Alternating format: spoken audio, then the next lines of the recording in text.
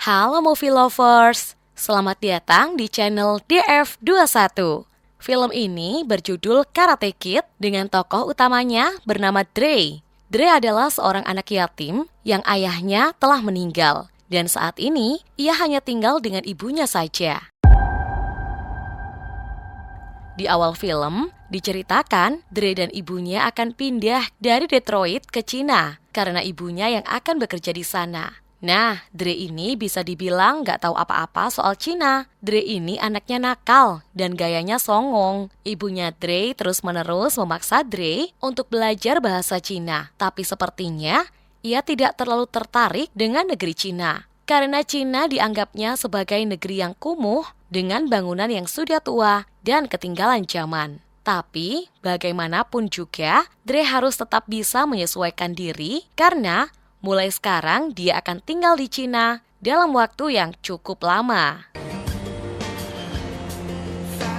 Singkat cerita, sampailah mereka berdua di Beijing, Cina. Dre sangat merasa asing di tanah tempat ia berdiri. Itu karena semuanya terasa baru baginya. Mulai dari bangunan-bangunannya, orang-orangnya, rumah barunya, dan bahkan acara televisi pun bahasanya memakai bahasa Cina. Subtitlenya pun juga bahasa Cina.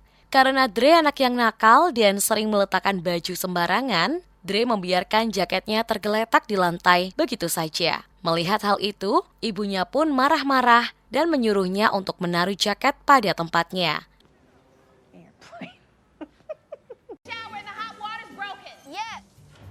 Lalu, karena air panas di kamar mandinya dirasa rusak, maka ibunya Dre menyuruhnya untuk memanggil seorang teknisi yang bernama Mr. Han. Mr. Han adalah orang yang sangat tertutup dan pendiam. Terkesan bukanlah orang yang ramah dengan orang lain. Tapi di raut wajahnya Mr. Han, nampak ada sebuah kesedihan yang sangat mendalam yang mungkin dulu pernah menimpanya hingga akhirnya mengubah kepribadiannya menjadi seperti saat ini.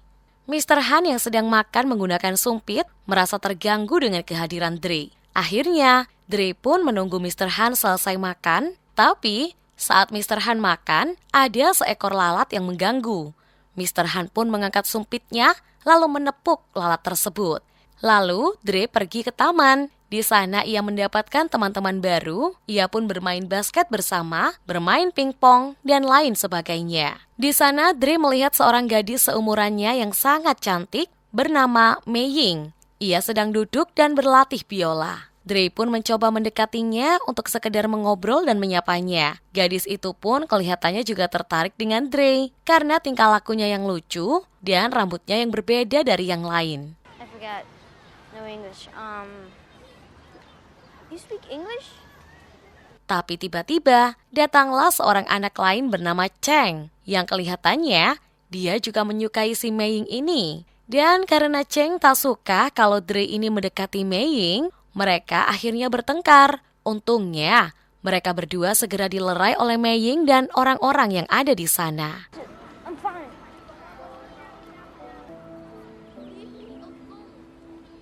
Sesampainya di rumah, Dre tak ingin melihat ibunya khawatir karena mukanya yang babak belur. Akhirnya, ia masuk ke kamar secara diam-diam. Hingga esok harinya saat mau berangkat sekolah, ia memakai make up ibunya dan memakai topi untuk menyembunyikan wajahnya itu. Saat sampai di sekolah barunya itu, ternyata Cheng dan Mei Ying juga sekolah di sana. Hari pertama di sekolah, semua lancar-lancar saja tanpa gangguan sama sekali. You know, we only wear you know. Alright, Dre, alright.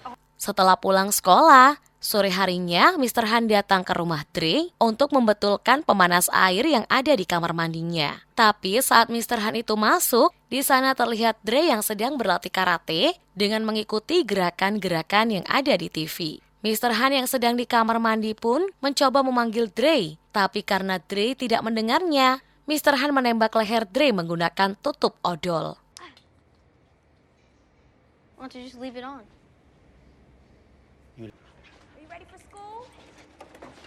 Tak lama, ibunya Dre pulang kerja. Ia merasa jengkel karena lagi-lagi dia melihat jaket Dre tergeletak di lantai. Ibunya pun memarahinya.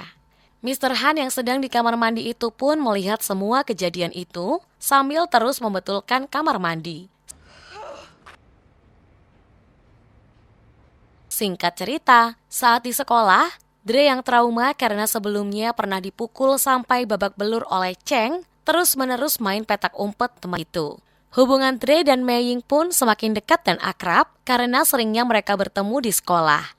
Mei-ying ini sedang sibuk latihan biola karena sebentar lagi dia akan mengikuti kompetisi musik dan kompetisi itu penting sekali baginya serta keluarganya. Kedua orang tua Mei-ying ini sampai memanggil guru musik dari Spanyol untuk mengajari Mei-ying.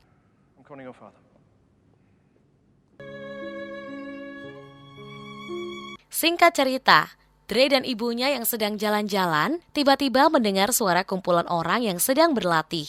Dan saat mereka lihat, ternyata itu adalah perguruan kungfu. Ternyata ada Cheng, anak laki-laki yang membulinya di sekolah. Ternyata dia adalah murid di perguruan itu. Lalu Dre langsung kesal dan pulang karena berpikir bahwa Cheng adalah orang yang jago kungfu dan dia nggak akan pernah mungkin menang melawan Cheng. Tentu ia pasti akan terus dibully. Melihat perilaku Dre itu, ibunya pun khawatir dan bertanya apa yang sebenarnya terjadi. Tapi Dre tak mau memberitahu ibunya bahwa selama ini dia sedang dibully. Dre hanya bisa marah dan berkata bahwa dia menyesal pindah ke Cina dan sangat membenci Cina. We can't go home. Okay?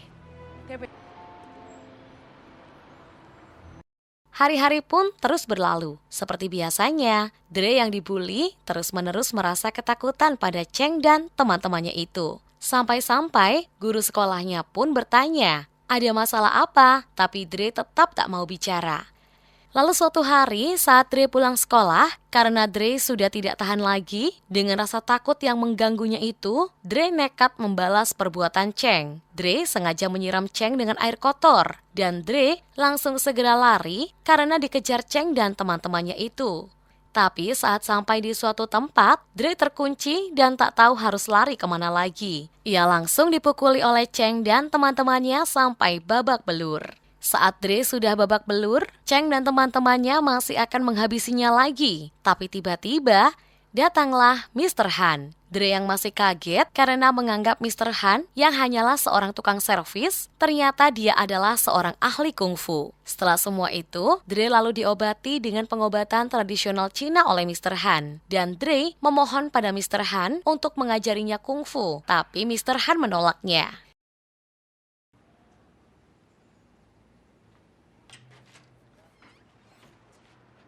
Sampailah saat di mana Mr. Han dan Dre mengunjungi perguruan kungfu anak-anak tadi untuk meminta maaf pada guru mereka atas keributan yang terjadi sebelumnya. Tapi guru mereka tidak terima dan menyuruh salah satu dari Mr. Han atau Dre untuk berduel. Tapi Mr. Han yang kebetulan melihat poster turnamen kungfu di dinding berkata bahwa Dre akan berduel dengan mereka di turnamen kungfu itu. Tantangan dari Mr. Han pun diterima oleh gurunya Cheng. Setelah mereka keluar, karena Dre tidak begitu mengerti bahasa Cina, Mr. Han mengatakan pada Dre bahwa Dre akan melawan mereka semua di turnamen kungfu nanti. Dre awalnya kaget karena ia tidak akan bisa menang melawan mereka semua karena mereka semua adalah jago kungfu. Tapi Mr. Han berkata bahwa yang mereka pelajari bukanlah kungfu yang sebenarnya. Lalu Mr. Han juga berkata bahwa ia akan mengajari Dre kungfu yang sesungguhnya. Represent China. Well, that bad man teaching very bad things.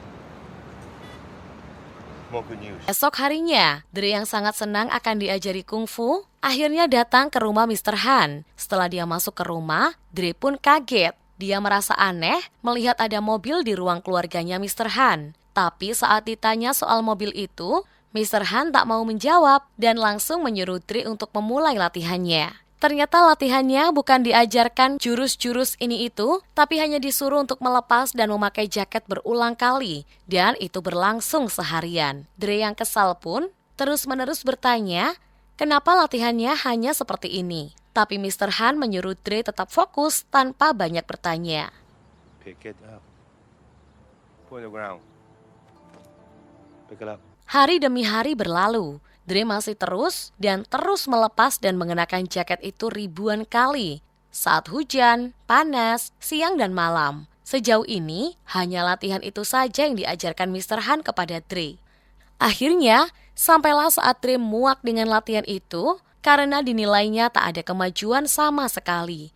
Dre yang emosi berkata bahwa dia akan berhenti. Melihat dan mendengar perkataan Dre itu, Mr. Han langsung memanggilnya dan mempraktekkan gerakan dasar kungfu, yang mana Dre kaget karena tanpa dia sadari, tiba-tiba Dre jadi jago banget kungfu. Dari situlah, Mr. Han menjelaskan pada Dre maksud dari gerakan memakai dan melepaskan jaket yang sudah dilakukan ribuan kali itu.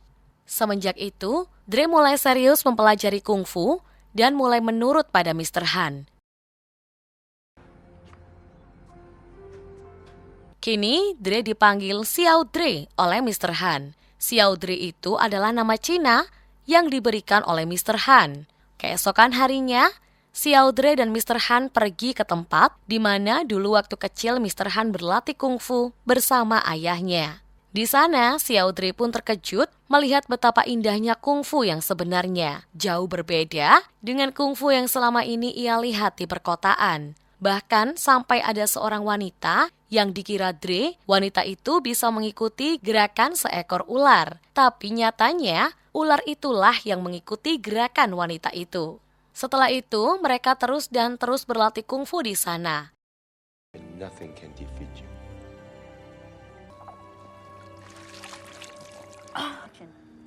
Yes. Singkat cerita, setelah mereka pulang, esok harinya mereka masih terus berlatih.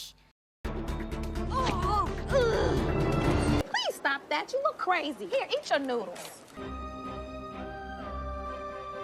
Dan tibalah sampai hari di mana Mr. Han mengatakan bahwa hari itu libur dan tidak ada latihan dulu karena Mr. Han hari itu sedang ada urusan penting. Di hari libur latihan itu, Xiao Dre mengajak Mei Ying bolos latihan untuk bermain ke sebuah taman hiburan. Tapi tiba-tiba, orang tua Mei Ying itu menelpon dan menjemputnya pergi karena ternyata audisi biola Mei Ying ada perubahan jadwal. Semenjak itu, Mei Ying dilarang oleh orang tuanya untuk bertemu dengan Xiao Dre. Karena Xiao Dre ini dianggap telah mengganggu latihannya Mei Ying oleh kedua orang tua Mei Ying. Xiao Dre yang mendengar perkataan itu merasa sangat sedih.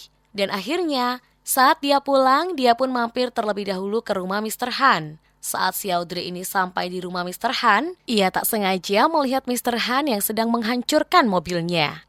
Mr. Han yang melihat Xiao Dre itu lalu marah karena hari itu dia telah menyuruhnya libur dan jangan datang ke rumahnya. Tapi Xiao Dre justru datang ke rumahnya dan dapat melihat sisi lain dari Mr. Han itu. Akhirnya, Mr. Han pun menceritakan semuanya pada Xiao Dre tentang sebuah kejadian yang dulu telah mengubah hidupnya. Saat Mr. Han sedang mengendarai mobil itu bersama anak dan istrinya, tak diduga mereka mengalami sebuah kecelakaan yang menyebabkan anak dan istri Mr. Han meninggal dunia. Semenjak itu, Mr. Han setiap tahunnya selalu memperbaiki mobil itu, lalu menghancurkannya, lalu memperbaiki lagi, dan menghancurkannya lagi, dan diulang seperti itu terus-menerus. Malam itu pun menjadi momen yang sangat dekat bagi mereka berdua, di mana mereka berdua saling sharing dan berbagi kesedihan satu sama lain.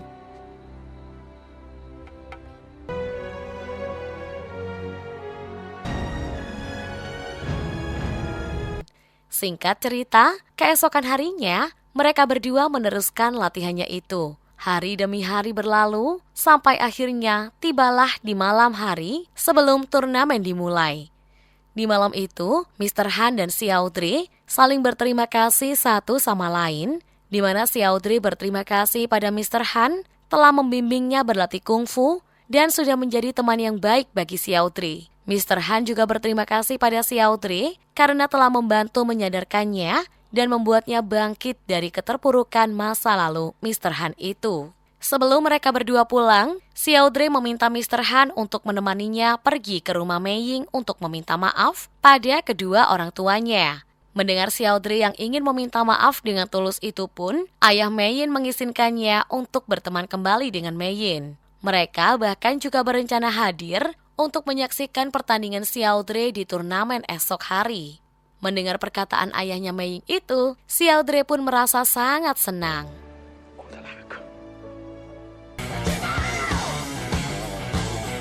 Akhirnya, hari pertandingan pun tiba. Dan di awal sebelum pertandingan, Xiao Dre yang melihat suasana aula pertandingan itu sangat meriah, Dan juga setelah melihat lawan-lawannya yang sangat tangguh, ia jadi merasa gugup. Di sana juga terlihat Mei Ying dan kedua orang tuanya, serta ibu Xiaodrey yang juga hadir di bangku penonton. Pada pertandingan pertama, Xiaodrey yang belum terlalu paham dengan peraturannya pun sampai harus ketakutan dan lari keluar lingkaran. Hal itu menyebabkan ia kehilangan poin pertamanya. Namun setelah dia bisa fokus, akhirnya dia pun berhasil membalikkan keadaan dengan menang sebanyak 2 kali berturut-turut dengan skor akhir 2-1. Lalu tim dari perguruan Cheng juga terlihat sangat kuat. Mereka bahkan bisa menang dengan mudah dengan skor telak. Di pertandingan kedua dan ketiga, mereka berdua, baik Xiaodrey dan Cheng, sama-sama memenangkan pertandingan hingga melaju ke babak semifinal. Melihat Xiaodrey yang melaju dengan mulus itu, gurunya Cheng tampak sangat gelisah. Di pertandingan semifinal itu, Xiaodrey berhadapan dengan salah satu anggota tim Cheng. Terlihat bahwa dia dan gurunya sudah mempersiapkan sebuah rencana, dan rencana itu adalah berbuat curang dengan mematahkan kaki Xiaodrey. Setelah itu, temannya Cheng terlihat bahwa ia merasa sangat bersalah dan tertekan karena terpaksa menjalankan tugas dari gurunya itu. Dan dia pun akhirnya didiskualifikasi. Setelah itu, Xiaodrey dibawa ke ruang medis. Di sana dokter mengatakan bahwa Xiaodrey patah tulang dan ia tidak bisa melanjutkan pertandingannya. Jadi, Xiaodrey harus menyerah. Sementara itu, di arena ada panitia dan Cheng yang sedang menunggu kabar dari Xiaodrey. Bila Xiaodrey tidak bisa melanjutkan pertandingannya, maka dia dianggap gugur dan Cheng otomatis menjadi pemenangnya.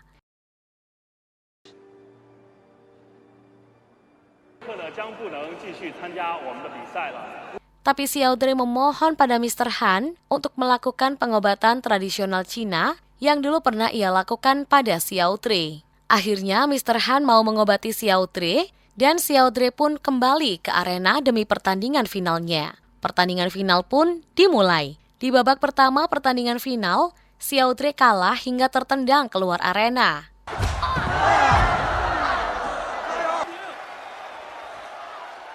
Tapi tanpa diduga-duga, Xiaodrey berhasil membalikkan keadaan dengan memenangkan pertandingan kedua dan ketiga. Namun di babak keempatnya, gurunya Cheng menyuruhnya untuk fokus menyerang kakinya Xiaodrey yang baru sembuh itu. Hingga akhirnya, Xiaodrey terjatuh dan merintih kesakitan. Akhirnya di babak final itu, karena Xiaodrey sudah tidak bisa lagi menggunakan kaki kirinya yang sakit, dia pun memasang kuda-kuda persis seperti wanita pengendali ular yang dulu pernah dia lihat saat di perguruannya Mr. Han. Dengan tenang, Xiaodrey membuat Cheng mengikuti gerakannya sebagaimana ular yang mengikuti gerakan wanita itu. Setelah dapat dikendalikan, Xiaodrey pun melakukan pembalasan pada Cheng dan Xiaodrey berhasil menang dalam pertandingan tersebut. Akhirnya kini Xiaodrey bisa pulang tanpa ada lagi rasa takut di dalam hatinya dan film pun berakhir. Kali ini banyak sekali pelajaran yang bisa kita ambil dari film ini. Tentunya beda orang, beda juga pelajaran yang diambil. Tapi saya berharap semoga video ini bisa menghibur dan mengobati rasa kangen pada masa kecil dulu. Terima kasih sudah menonton dan sampai jumpa di video selanjutnya.